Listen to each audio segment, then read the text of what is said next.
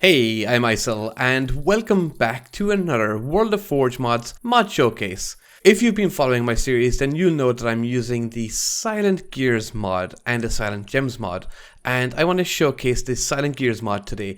This is a really cool mod, and it's made by Silent Chaos 512. First, I want to say two things. One, the Silent Gear mod is best supported by the Silent Gems mod, which puts a whole load of different gems and items into Minecraft. But that's going to be another mod showcase, and that's going to take a bit of time to do that mod showcase. So I thought it would be easier to start with the Silent Gears mod. Also, I will say that using the Silent Gears mod, it is preferable that you have just enough items installed. And if you don't, and if you want to install just enough items as a mod also, there will be a link in the description of this video for just enough items, and you should see an info card just up there in the top right hand side of the screen right now as well.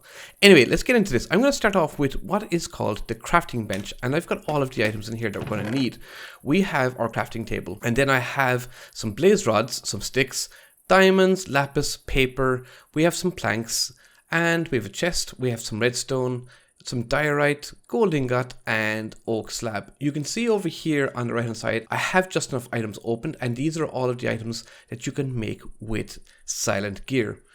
So let's get into this. The first thing we do need to make is the crafting station, and that is made with planks, a crafting table, a chest, and more planks, with also an upgrade base. So the first thing we need to make is this upgrade base, and this is made with andesite or diorite or stone with some planks and some paper. So I'm going to take all of these into my inventory. I'm going to put down the crafting table. We're going to need the crafting table in a minute, but for right now, I'm just going to make this upgrade base.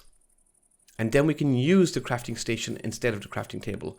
So I need to make this, and it's going to give me 4 of these, and that's pretty easy right now. To make the crafting station, it is, as I said earlier on, so we can use just enough items to move items here because I have all of the items in my inventory, and that's going to make a crafting station.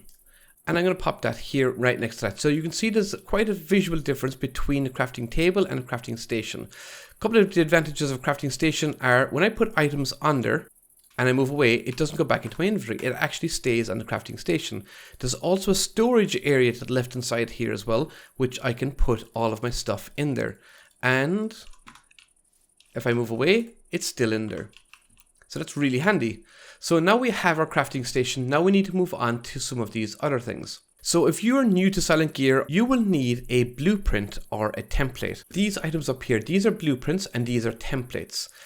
For me, it's always better to make a blueprint because there's only a certain amount of uses for the templates, whereas a blueprint has infinite amount of uses, and it's not that difficult to make a blueprint. To make, for example, a sword, you would need 2 blueprint paper and a stick, and that will give you a sword blueprint. So we're going to do that now, and we're going to make a couple of these.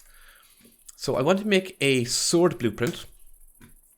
We're going to need some blueprint paper, and to make that, it's dye. And to make dye, we can use lapis, which I have some. So I'm going to put in maybe about 32 lapis here. That should give us plenty for these blueprints. So now we have our dye. We need to go back into our blueprint again. And we need to make blueprint paper. And that is paper surrounded by blue dye. And we have the paper. So we're going to make a few of these. So I'm just going to put a little bit more paper here. And one more dye. And that's going to give us 8 blueprints altogether. I might even just give us a little bit more. And I'm going to put them into my inventory. So I've got 12 blueprint paper now. And again, I'm going to back to my sword. And I'm going to use a blueprint paper with a stick, just like so. I have the stick, I have the blueprint paper here. And I'm just going to select on that. And that gives me my blueprint for my sword. The other one that I want to work on here is I'm going to do a pickaxe. I'm going to do a hammer, and you may not have used a hammer before. And I'm going to use the excavator. You can also make a bow, and you can make some armor. But we'll stick with the pickaxe, the hammer, and also the excavator for now, because I want to show you what they do. I want to make a pickaxe, which is 3 blueprint paper and 2 sticks. And I'm going to make the hammer, which is 6 and a stick. And I'm going to make the excavator, which is 5 in a shape like this and a stick. And I don't have enough blueprint paper, so I'm going to need more blueprint paper. There we go. So we have now our sword, we have a pickaxe, we have a hammer, and we have an excavator. So this is the blueprint we use to make these items. So we're going to start off with the pickaxe. So if we click on here and we put a pickaxe in here and we put, let's say 3 diamonds in here, you can put these absolutely anywhere and it's still going to give you the diamond head. But this is only giving us the head. Now if I put a stick here, you can see it's a diamond pickaxe with a stick. Now I can also use a blaze rod. It gives it a different effect. It also gives us better stats. If I press Control, it's giving me a harvest level of 3 and a harvest speed of 8.8. If I swap that out for the stick again, the harvest level has stayed at 3 because it's diamond, but the harvest speed has gone from 8.8 down to 8. So what you make the handle with is important. So I now have a diamond pickaxe. Again, a sword would be very similar to how you would make it. It's with 2. Again, you can see there's no handle for holding the sword. So again, I'm going to pop in here a blaze rod. So now I have my diamond sword. The next thing we're going to make is the hammer blueprint. So I'm going to replace out the blueprints.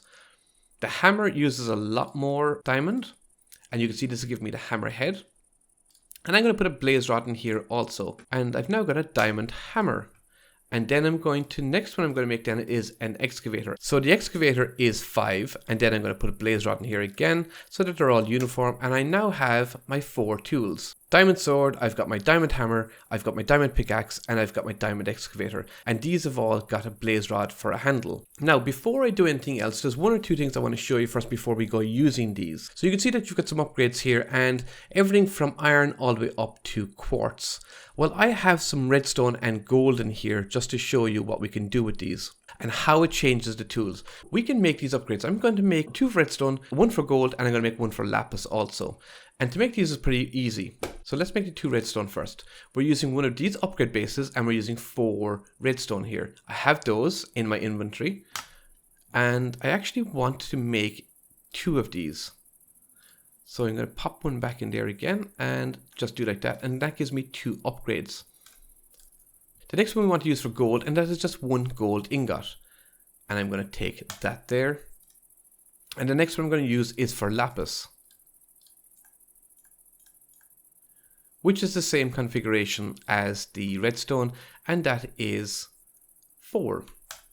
I now have my 4 upgrades, and we can put these on these items. So for example, I'm going to pop onto this one here. I'm going to put a gold tip onto the diamond sword, and we'll see how the stats change on this.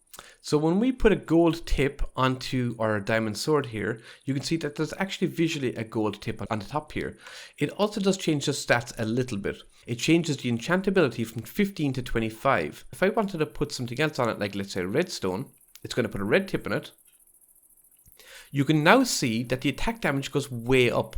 It goes up from 8.67 up to 11.27. But let us put the gold tip on here just to see what it looks like. And this is now the sword with the gold tip on it. You can see that looks pretty cool, and depending on what items you're using, then this can have a real nice effect. The next one we're going to use is the diamond hammer here. And I'm going to use this with a redstone upgrade.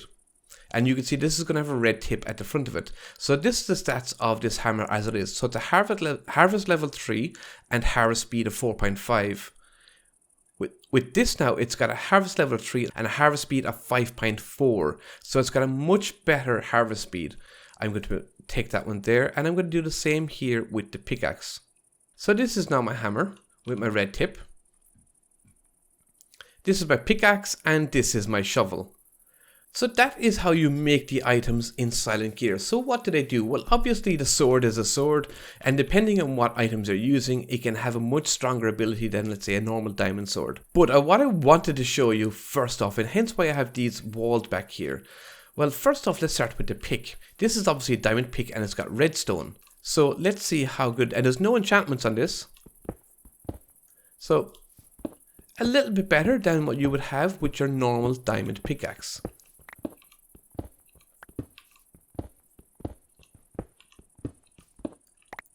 And this will mine all of the way up to obsidian. Now I want to show you the hammer, and I love this tool because what the hammer does is it mines in a 3x3 area. So once I click on here, it takes out the whole 9 blocks. When I do this one here, and that does exactly the same. Now I have one of these hammers. I'm using a different ore. I'm using what's called a crimson iron ore, which comes again from the Silent Gems mod. But my hammer will mine a 3x3 area, so the 9 blocks, but it's got efficiency 5 on it also. It's got fortune 3, it's got unbreaking, and it's got unmending, and I can mine out 81 blocks. So a 9x9 area in about 1.5 seconds. It's ridiculously good. It will never break. The amount of items I get from it is phenomenal. And then we have the excavator. So you can see here when I'm pointing down at the ground here, you can see the boxes selecting. So if I mine this here, it's going to mine out these 4 boxes here. If I mine up here, it's going to mine out 6 blocks. 1, 2, 3, 4, 5, 6 there. And then if I do in the middle here, it's going to mine out the 9 boxes. So let's do this. See, I just got 1 box there, and do this one here, and that's going to mine in there. It will also do vertical mining. So if I do like this here, you can see how fast this will absolutely mine. These are the tools from the Silent Gears mod. They are really awesome. And it's a fantastic mod to get into. It's not a difficult mod to get used to, especially if you're using just enough items. It's quite easy to make these items, and it's not that difficult to get into. The crafting station is a far better alternative to a crafting table. It keeps the items on the table, and when you move away, and even if you go away and come back, go to sleep, come back, they will still be on the crafting grid here on the crafting station. You get a little bit of side storage here, which is handy for your blueprints or any of your tools or your upgrade bases. So that is the Silent Gears mod. What I'm standing in here is what I'm calling an altar, but behind me here is a supercharging block. I'm going to be doing a mod showcase on this. The pedestals also come from the Silent Gems. This is all from the Silent Gems mod, which is also made by Silent Chaos 512. Anyway, I'm rambling on here, guys. Thank you so much for watching this mod showcase. I am Ayesel. Please leave a like in the video. Take care. Bye-bye.